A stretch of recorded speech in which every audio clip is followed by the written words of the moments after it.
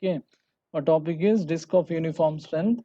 A disk which has equal values of circumferential stress and radial stress at all radii is known as a disk of uniform strength. Disk of uniform strength means a disk which has a equal value of circumferential stress and radial stress at all radii. At all radii means at any point of the radius.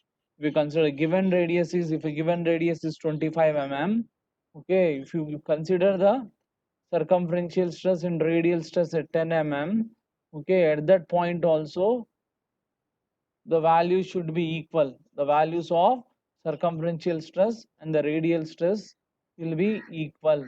So that type of a disk is known as a disk of uniform strength. The strength will be uniform throughout the disk. Understand? Hence, for the disk of a uniform strength, sigma r and sigma c equal to constant, that is equal to sigma. Both the radial stress and circumferential stress are constant and equal to sigma for all radii. The thickness of the disk of uniform strength will not be constant, but the thickness will not be constant. It will be varying as shown in figure. It will be varying as shown in figure. When you see the figure here, it is varying like this. The thickness will vary, okay, but the stresses will be constant. Understand? It will be varying as shown in figure. Here you are considering an element of a disk of uniform strength. Here you are considering an element, the disk of uniform strength. Here you are considering an element at a disk of uniform strength. Here you are considering an element at the disk of uniform strength at a distance r from the axis of rotation and radial with dr as shown in figure. What happens here? You are considering a small element at a distance r from the axis of rotation, and the width of the element is dr. When you see in the diagram here, you are considering the distance is r here, this one is the element, and width of the element is dr, and width of the element is here. The element, the same element ABC along with radial and circumferential stress is shown in figure B. The same element is shown here in figure B. Understand? The shown element, same element he has elaborated here and shown along the stresses. Here he has shown the stress in sigma sigma here and sigma sigma here, both radial and circumferential stresses. Okay, and here angle here it is d theta. Here this angle will be d theta by 2. Here you have a formula. If using this constant, this angle here he has given this angle as total angle as d theta. This half angle will be d theta by 2. Understand? Here I am drawing one horizontal line. This is inclined to it. Okay, it will make the same angle with respect to, if this inclined line is making d theta by 2 angle with respect to vertical, okay, the same d theta by 2 will make, if these two are perpendicular, the same d theta will make with respect to vertical. Understand? This is the angle you are calculating. Here the angle is also d by 2. The vertical to this inclined line will make the same angle with respect to horizontal. If this inclined line is making d theta by 2 angle with respect to vertical, then perpendicular to this line will make the same angle with respect to vertical, that is d theta by 2. So in the same concept, here he has taken the angle as d theta by 2. Understand? Taking element A, B, C, D, and here you are drawing the stresses elaborately, and they are indicating the inclination as d theta at O, and here at d theta by 2, and the centrifugal force is indicated at upwards. So here the element A, B, C, D along with the radial and circumference is shown in figure. Here the T is equal to thickness of the element. Here in the figure you have written T is nothing but, here this T thickness T is nothing but thickness of the element at radius r. T plus dt is equal to thickness of the element after dr, after the element, thickness of the element at a radius r plus dr, sigma stress in a radial and circumferential direction, d theta angle subtended by faces AD and BC. Angle subtended by faces AD and BC with center 0. Omega is equal to angular speed of rotation. Theta naught is equal to thickness of element at radius r is equal to 0. Okay, here you are considering theta naught as a thickness of element at radius r is equal to 0. But here you are considering radial forces. The forces acting on the element are, what are the forces acting on the element? One is the radial force due to radial stress on a face AB. Here on the face AB, have radial stress which is acting downwards. When you see the diagram here, which is acting downwards. Here the radial stress is acting here. It is sigma. Then radial force on a face CD. CD also in opposite direction also you have a radial force sigma. Here the force is stress into area. So here you are using sigma into r d theta into T. Area is nothing but, okay, r d theta into T. T is the thickness. Here T is nothing but the width of this section. R d theta into T. Radial force on face CD, that is sigma into R plus dr into d theta into T plus d theta into T plus d theta. But here at outer end, the thickness is T plus d theta. Circumferential force on a face BC is equal to, circumferential force is also denoted by the sigma. On the face BC, you are considering it as sigma dr into T. Okay, dr into T. Similarly, circumferential force on face AD is equal to sigma dr into T. Then centrifugal force on the element is m omega square r. Here you are considering centrifugal force as n omega square r. You are considering centrifugal force. M is equal to mass of element. Here you have formula, mass is equal to density into volume. From this formula you are writing density into volume is r d theta into dr into T. Then centrifugal force is equal to, you can write centrifugal force as, you can write centrifugal force as rho r d theta dr into T, rho into omega square r. Understand? Here you are writing rho r theta m omega square r. You are substituting the value of m here instead of,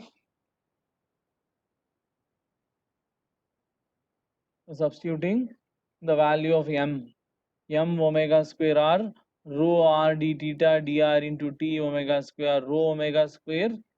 Here it will be rho omega square r square d theta dr into, the forces in circumferential direction are equal and opposite. Considering the equilibrium of element resolving all the forces in radial directions we get. Here you are considering all the forces along y direction.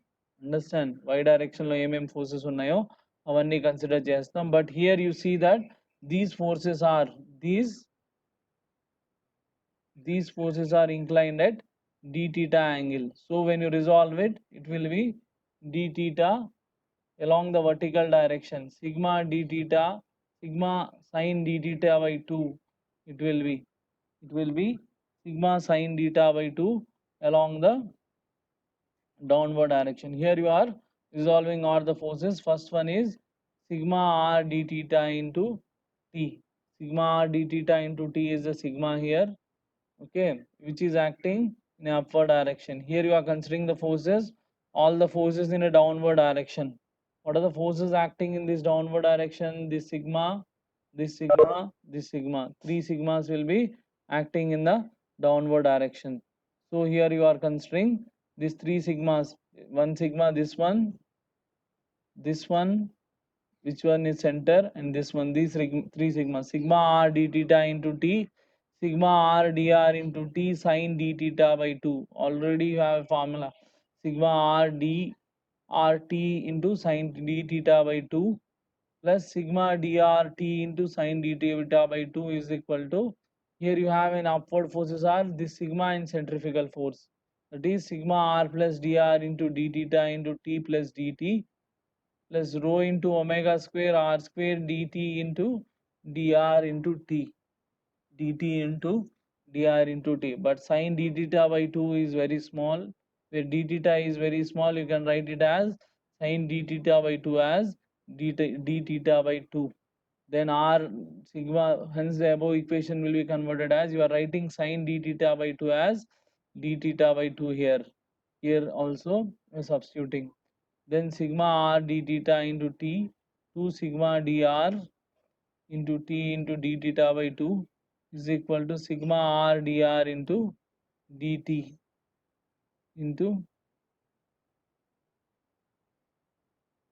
rho omega square. Here it will be,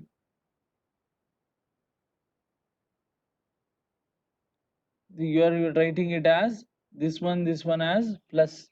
Okay, this is one term, this is one term. If you add this one, sin d theta by 2 will become d theta by 2. This will become 2 sigma dr t into d theta by 2.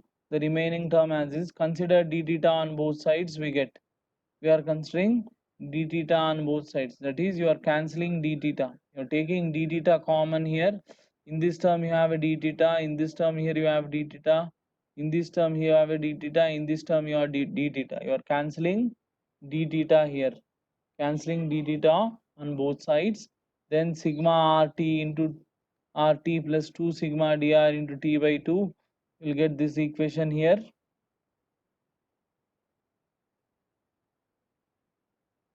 This equation here. Then simplify this equation. He is simplifying here. Sigma he is taking sigma rt plus r dt plus tdr plus rho omega square r square into drt. Understand? Neglecting the product of dr and d theta. Why you are neglecting means it is a small quantity. You are neglecting the term with a dr and d theta. Dr into d theta. Dr and d theta are, wherever you have a terms of dr and d theta, you are neglecting this term here. In this equation you are neglecting dr and d theta term here. So then you are simplifying it, sigma rt plus sigma drt minus sigma r into t minus sigma r dt. You are multiplying with this one, drt minus sigma tr into, you are just holding down rho omega square r square into dr into t, mind simplifying this one. Here when you see here sigma rt, sigma drt, sigma rt will be cancel here. Then the remaining term is sigma drt, sigma drt minus sigma drt will be cancel here. The remaining term is sigma r d theta is equal to rho omega square r square dr into t. Then you are sending this t this side, sending this t this side, then it will become,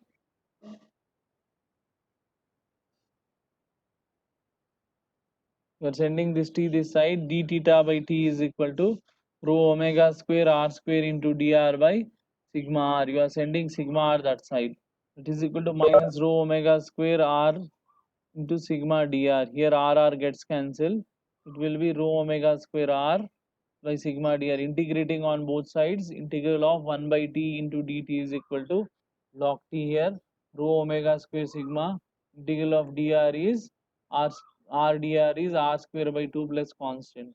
The constant may be taken as log c. C is a constant. Log t is equal to rho omega square r square by 2 sigma plus log c. Sending it will be log t by c. It will be minus can be written as log t by c.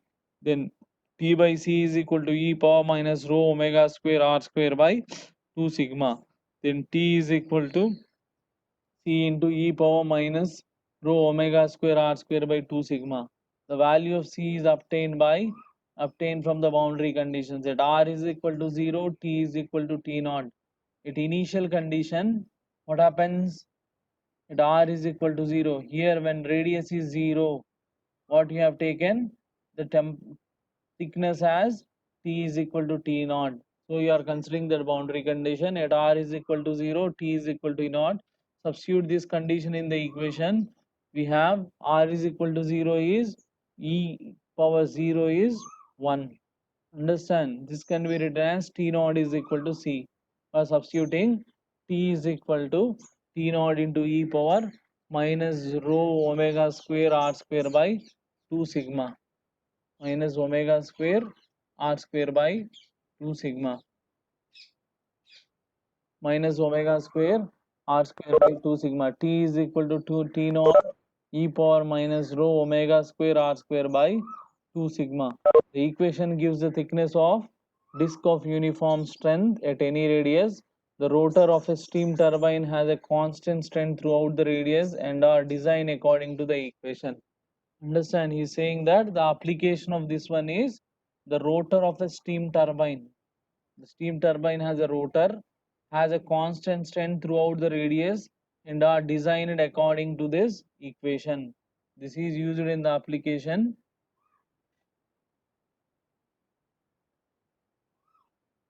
Okay, this is used in the application.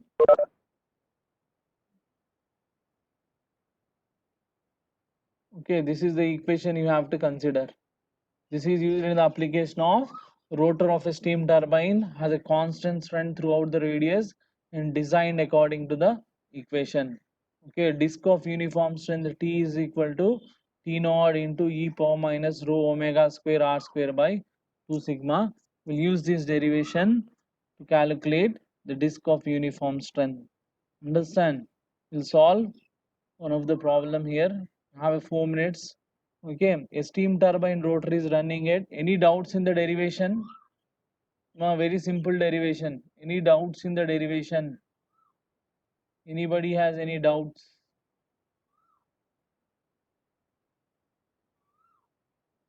Okay, next when we are going to solve the problem, a steam turbine rotor is running at steam turbine rotor is running at 4200 rpm. It is to be designed for uniform strength for a stress of 85 meganewton per meter square. If the thickness of the rotor at the center is 25 mm and density of the material is 800 kg per meter cube, then find the thickness of the rotor at a radius of 350 mm. The speed he has given is 4200 rpm. Then you have a formula omega is equal to 2 pi n by 60. When you substitute it, you get 140 radius. Thickness he has given, if the thickness of the rotor at the center is nothing but T naught at a radius is equal to 0, that is at 25 mm, rho is 8000 kg per meter cube, sigma is 85 into 10 power 6 mega newton per meter square he has given. Mega is nothing but 10 power 6. Rotor is to be designed for uniform strength. This means that the radial and circumferential should be equal at all radii. Direct formula and substitution. Here the radius is 350, 0.35 meters. So substitute in the formula. Okay, it is in kg per meter cube. Convert in R in meters and sigma in Newton per mm square. Okay, then when you substitute here, you will get this value. You are substituting all the values here and simplifying this one. Okay, e power minus 1.115 value is 1 by e power 1.115. This is 0.328. E power minus 1.115 value. So here the value will be 8.19 mm. Thickness of the element at radius 350 mm is 8 point. We are calculating at radius 350 mm what is the thickness. The thickness of the element is, the thickness of the disc is how much? 8.19 mm.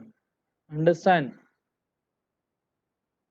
Okay, we will solve the remaining problems in the next class. We have one more problem. Okay, I will explain it in the next class. Now, do you have any doubts? Anybody has any doubts?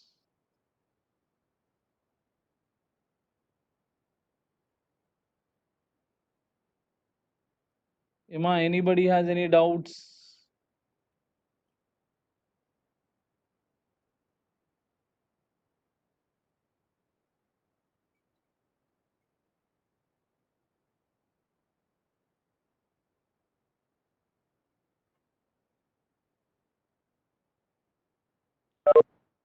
Emma, whatever the classes I have taught, I have recorded here in the online.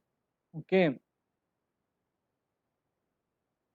we'll upload all these classes in a YouTube. If anybody wants to revise it, you can go through it. Okay, I will share the link. I will upload by tomorrow and share the link. Okay, those who want, you can revise it. If you have any doubt, you can ask me in the next class. Go through this derivation in this problem. Understand? Okay, go through this derivation and problem. If you have any doubts, you can ask me in the next session. Okay, can I end the session? Thank you for attending.